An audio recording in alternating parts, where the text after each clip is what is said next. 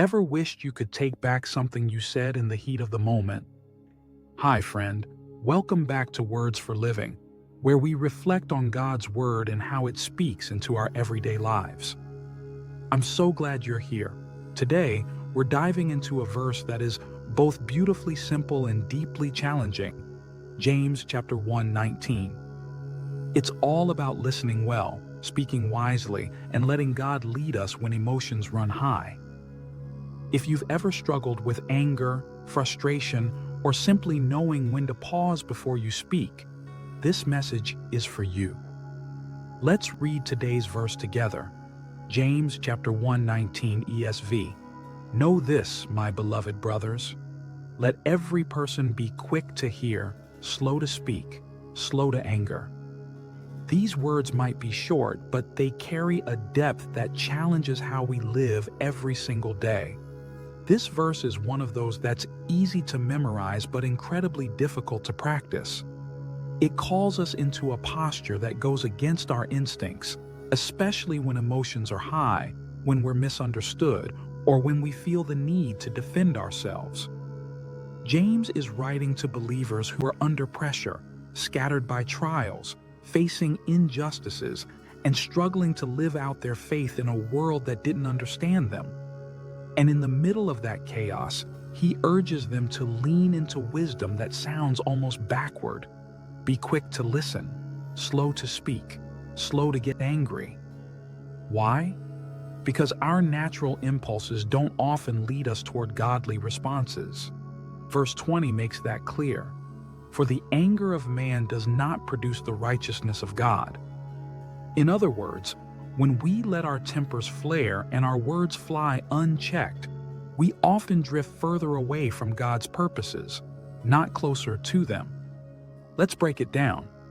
Quick to hear means more than just allowing sound to reach our ears. It's a call to actively listen, not just to others, but to the Holy Spirit. It means being present in conversations, hearing the heart behind the words, and being willing to set aside our own agenda to truly understand.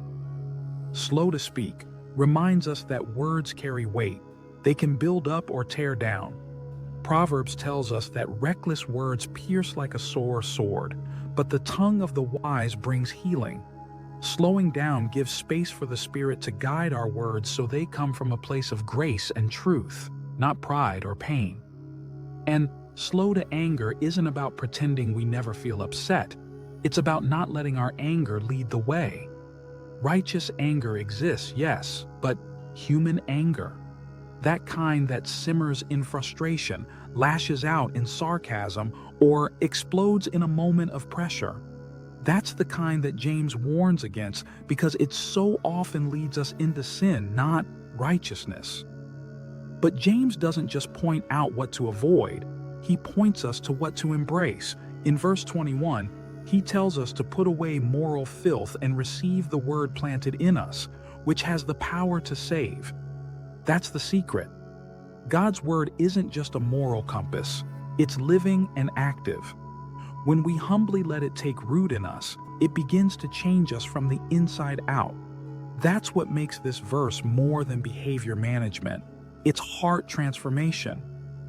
As we allow God's word to saturate our hearts, we become people who naturally listen better, speak more carefully, and carry peace rather than outrage.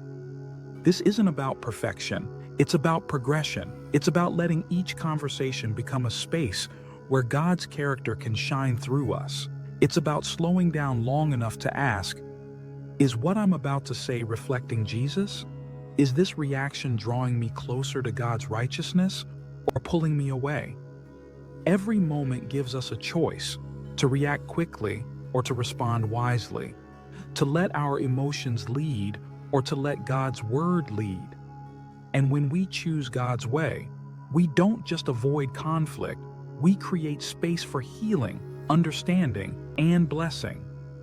So, how do we live this out in real life? It starts with awareness. The next time you feel a conversation escalating or frustration bubbling up, pause and ask, Lord, what would you have me do right now? That moment of pause creates room for grace. Take a deep breath. Really listen to the other person without planning your next response. Let your words be slow and thoughtful, not rushed or reactive. And when anger threatens to take over, don't ignore it. Bring it to God.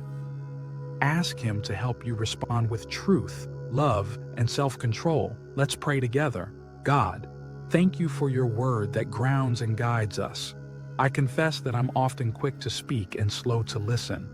I let my emotions lead instead of your spirit. Please change that in me.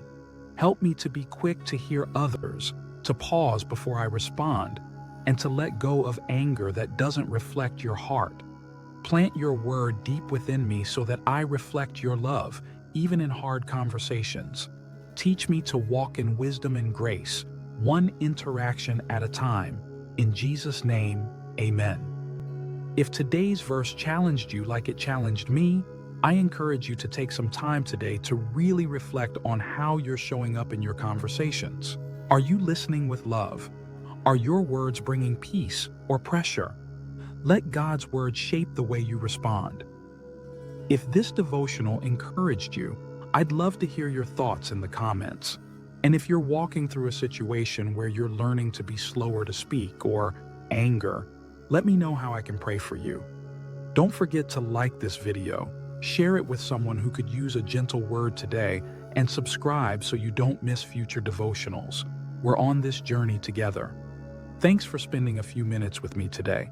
I'll see you in the next one.